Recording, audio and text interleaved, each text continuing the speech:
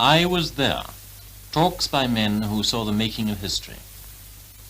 Nowadays, a passenger to America has no misgivings, but nearly a generation ago, a terrible catastrophe in mid-ocean had to mark the end of an era of peril in Atlantic transport. On the 15th of April, 1912, the Titanic struck an iceberg, and in a couple of hours a great liner had sunk on her maiden voyage at a cost in human life of 1,500 souls. Commander Lightoller was second officer, and when he had seen the last of the insufficient lifeboats pull away from the ship, he plunged into the sea and was ultimately rescued. All the other officers who went down with the ship were drowned. Commander Lightoller. On that night of April the 14th, we all, that is, the captain and officers, knew perfectly well that we were just about entering the region where ice might be sighted at that particular time of the year, and had taken all necessary precautions. Now, throughout the day, there had been the usual wireless messages from different ships reporting the weather, odd icebergs, and so forth. But as none of these bergs reported lay on our course, well, they didn't directly concern us. But when the evidence came to be sifted out at the inquiry held in London afterwards, it then came out that one very vital message received in the Titanic's wireless room that night had never been delivered to the bridge. That message came from a ship called the Mesaba, warning all ships of heavy pack ice, icebergs, and field ice in an area then lying right ahead of the Titanic, and what was still worse, not far away. Those immense quantities of ice were abnormal for almost any time of the year, and the significance we should have attached to that report can hardly be exaggerated. In my opinion, it was a warning of the most vital importance. You see, I was officer of the watch and in charge of the ship when that Mesaba message came over, and I know perfectly well what I should have done if it had come to my hands. Without a shadow of doubt, I should have slowed her down at once. That would have been imperative, and sent for the captain. More than likely, in fact almost certainly, he would have stopped the ship altogether and waited for daylight to feel his way through. Anyhow, the long and short of it is, neither he nor I nor any other officer of the ship got that message. Now to go on. We were steaming that night at a good 22 knots. At 10 o'clock, I was relieved as officer of the watch by Murdoch, W.M. Murdoch. He and I had been shipmates in many of the ocean greyhounds, and both of us had crossed this ice region times without number, both in clear weather and what's more in fog. After the usual formalities, I handed over, wished him joy of a few perishing cold hours, went below. I expect his watch went on as mine had done. Nothing to see and nothing to hear except the distant roar of the water at her bows, that and the half-hourly bells with a lookoutman's cry of all's well. Of course, he knew nothing of the death trap lying ahead of us any more than I did. And so 5 bells, 6 bells, and 7 bells went by. But barely 10 minutes had passed after the sound of the last bell when there were 3 sharp clangs on the crow's nest bell, followed by a cry from the lookout cage, "Ice right ahead, sir." Murdoch evidently saw the mass of ice practically at the same time as the lookout men and shouted, "Hard a starboard, full speed astern." His idea was to swing her bow clear and then put the helm hard over the other way and so swing her stern clear. And given half a chance, I believe he'd have done it. But going at that speed, it was too late. As it was, her bow swung a bit, but not enough, and she struck. She took the blow along her starboard side, masses of ice actually falling on the foredeck. But what was worse, though we didn't know that till it came out of the inquiry, she was pierced below the waterline in no less than 6 compartments, and from that moment, nothing could have saved her. I was lying in my bunk when I felt the slight jar, not any sense of collision, but more a kind of shiver that ran through the ship, Anyway, it was enough to bring me out of my bunk in one jump. Out on deck, I ran over one side and then to the other, but there wasn't a trace of anything we'd struck. So back I went to my bunk and just waited. If I was wanted, naturally my cabin would be the first place where anyone sent for me would look. You see, apart from being nearly frozen, even an officer, when off watch, isn't exactly welcomed on the bridge, either in pajamas or anything else. Anyway, it wasn't long before Boxall, the fourth officer, poked his head round my door and said, "You know we've struck an iceberg." "I know you've struck something," I told him, not thinking it anything serious and feeling none too pleased. Then he said, "The water's up to F deck in the mailroom." There was no need for him to say anything more. I was into a pair of pants, sweater, and bridge coat and out on deck almost as soon as he was. Now we've been running under a big head of steam, and the sudden stopping of the engines lifted every safety valve. And as a result, the steam roared off at all exhausts. The row was absolutely deafening. Added to that, the engineers started to blow the boilers down. Shout as loud as you like. No one could hear a word. At the same time that Boxall had called me, the order had been given, all hands on deck. And I met my watch tumbling up on the boat deck just as I got there. And the boat deck, just in case you don't know, is the top deck of all. I got hold of the boatswain's mate and sort of showed him with my hands that I wanted him to start the men stripping off the boat covers. Now, in the merchant service, men are taught to think and, if necessary, act for themselves. They don't wait for pipes or bugles, and I can tell you, the 700-odd survivors of that night can thank God they don't. Every man jack just went about his job well as if it were an everyday occurrence. When the boats were stripped and cleared, they were swung out and lowered to the level of the boat deck.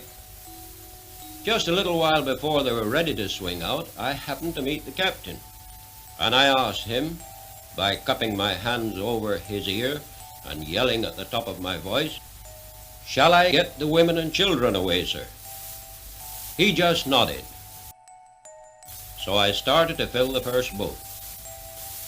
Just about now, thank goodness, the roar of escaping steam stopped, and passengers, now they could hear themselves think, started asking me, "Why are you getting the boats out? And why are you putting women and children in them?" I told them it was merely a precaution, and that very likely they'd all be taken on board again at daylight, or at the worst, taken on board the ship everyone could clearly see, only a few miles away. We could see all her lights, quite plainly. But here again we were up against it. That ship was the Californian, and though her lights were plain to everyone on board the Titanic, she seemed to pay not the slightest heed either to our wireless calls or to the distress signals we were firing every minute. The reason why she didn't answer our wireless calls, which other ships heard halfway around the earth, was because she only carried one wireless operator. And when we struck the iceberg, he'd just gone off watch, so it was no fault of his. But why no notice was taken of our distress signals, shells that are fired hundreds of feet up into the air to explode with a cascade of stars, heaven only knows. What a chance her captain missed. He could have laid his ship right alongside the Titanic and taken practically every soul on board. However, he didn't, and the two ships gradually drifted further and further apart. And, according to the officer of the watch of the Californian, the Titanic's lights disappeared at 2:40 a.m. They did, and with his own eyes, he'd personally witnessed one of the greatest tragedies of the sea. But to go back again, up to the time of getting away the first few boats, no one believed that the ship was actually in any danger. I'm afraid my own confidence that she wouldn't or couldn't sink rather conveyed itself to others, for there were actually cases where women absolutely refused to be put in a boat. I remember one young couple, evidently not long married, walking up and down the boat deck. I asked the girl, she was only a girl, from the western states I should say, if I should put her in a boat. But no, she wouldn't be parted from her husband. Not on your life, she said. We've started together and we'll finish together. Brave girl, but she didn't know how near that finish was. Certainly I didn't. As time went on, I could see the bows of the ship getting steadily lower and lower in the water. Now, between lowering one boat and another, I frequently took a run forward and a quick look down a long stairway that led from the boat deck 3 or 4 decks down. Frankly, I'm never likely to forget the sight of that cold greenish water creeping step by step up that stairway. Some of the lights were shining down on the water, and others, already submerged, were giving it a sort of ghastly transparency. But for my purpose, I could tell by that staircase measurement exactly what was happening, how far down she'd gone, and how quickly she was going. Just when I first realized how desperately serious things were, I don't know. But I do know that before many boats were away, I got to piling more and more people into them. Partly because I now knew she was going, and partly because the boats were not remaining by the ship to be filled to their full capacity when waterborne. A far easier job than lowering them with their full complement from that tremendous height. Another thing, it was plain to me that if we were going to avoid the unutterable disgrace of going down with boats still hanging at the davits, we'd got not only to take chances, but we got to work like blazing. I've always admired the coolness and efficiency of merchant sailors in the tight corner, and I've seen a few. But that night, well, the Titanic's men set up a standard that'll never be beaten. Every single boat was filled and lowered from davit head to water and got away without an accident of any kind. And that despite the pitch-black night and the conditions we were working under. The same tribute must be paid to the passengers for the courage they showed. For by the time little more than half the boats had gone, I knew, and I'm pretty certain they knew, that she was definitely going down. You've got to remember, the Californian had drifted away. There weren't enough boats to take half the people, and the chances of the other half in that icy cold water were absolutely nil. Yet, there was never the slightest attempt to get into a boat out of turn. In fact, with the last couple of boats, it was even difficult to find women to fill them, though of course there were still a good many on board. Then came the very last boat of all, and it was a sort of raft with collapsible canvas sides, stowed upside down on top of the officers' quarters, and that's above the boat deck. A seaman named Hemming, he'd been with me in many of the mail boats, he and I cut this one adrift and threw it down on the water, which was now about 2 feet above the boat deck. Hemming, by the way, had earlier on given up his place in the boat after being told off to take charge of it, and unbeknown to me, had followed round, helping me with the lowering. A ticklish job even in daylight. Having dumped this collapsible, there was not a thing further we could do on that side, so both of us went over to the starboard side. But we found all the boats were away from there too. Of course, there were still hundreds of people round. As Hemming and I looked down from the top of the officers' quarters, where we were standing, the ship took a sudden dip, and a sea came rolling up, carrying everyone with it. Many were drowned there and then. Everyone that could just instinctively started to scramble up towards the after end of the ship. But that was only putting it off. In fact, it was lessening their chances. The plunge had to come, and that I could see was pretty soon. And no one's chances were going to be improved by getting mixed up in a struggling mass.